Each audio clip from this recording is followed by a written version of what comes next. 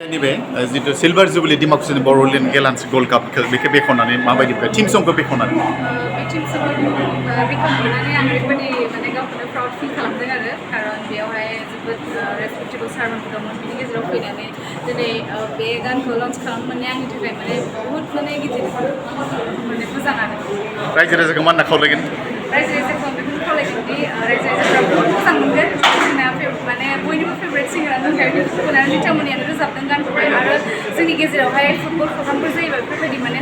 गान गैया आरो बिनि थाखाय दा फार्स्ट टाइम बेफोरबायदि गानानै जोंनि गेजेराव फैदों बिनि थाखाय माने ओरैबायदि मोजां मोनदों आरो रायजो राजाफ्रा बिराद मोजां मोनगोन आरो एबार फुटबल प्रग्रामफोराव माने दामनो हासिगोन आरो रायजो राजाफ्रा बिनि थाखाय बिराद मोजां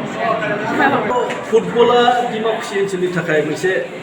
आबेगिक मोनसे एटाचमेन्ट दङ बेहाय फुटबल होनना बुङोब्ला डिमाकुसिनि रायजो राजाफ्रा फाग्ला फाग्लि बिदि नायफैयो आरो माने जोङो डिमाकुसिखौ दायो फुटबल हाब्स बायदि होनना बुङोब्ला गोरोन्थि नङा मानो होनब्ला बेहाय डिमाकुसि ओनसोलाव बा डिमाकुसि स्टेडियामाव जोङो थांनाय बावैसो दाननि आगोलाव आन्डार 17 नेसनेल उइमेन फुटबल चेम्पियनशिपखौ जों बेहाय फाथिनो मोन्दोंमोन खाबु मोन्दोंमोन बेहाय इमान रोजा रोजा सुबुंफोरा माने नायफैदों जोंखौ मदद होफैदों लोगोसे इन्टार डिस्ट्रिक्ट आसाम भित्तियाव मोनसे खेला जादोंमोन बेबो साक्सेसफुलि जों बारहोनो हादों जोंनि गेलान्स गल्ड कापआ दिनै 25 बोसोर जाबाय 25 बोसोर जाबाय 25 बोसोर आगान होबाय बेखायनो 25 बोसोर आगान होनायाव बोसोरफ्रोमबो मोनसे ना मोनसे माने जौगाखांनायजों दावगाखांनायजों रायजोनि अननाय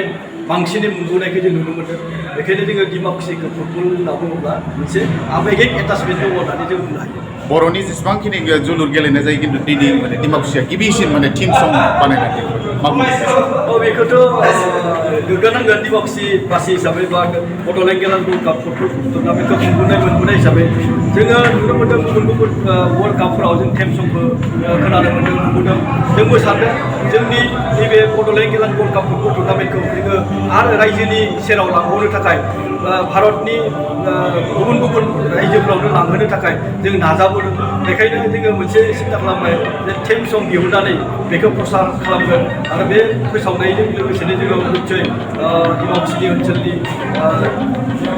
गेलेनायनि बिथिङाव आरो फोसावनो हागोनखौ जोङो मिजिंथिदों ओंखायनो जोङो गिबिसिन होनना बुंनांसिगोन बड'लेण्ड गेलान्स गल्ड काप फुटबल टुर्नामेन्टआव अफिसियेलि टीम सं जोङो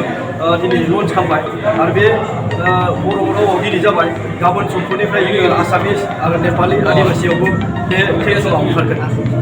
आচ্ছা मोनबेसे टीमा बेहाय बाहागो लागोन देग्लाय 12 टीमखौ जोङो गेलेहोनो सानदों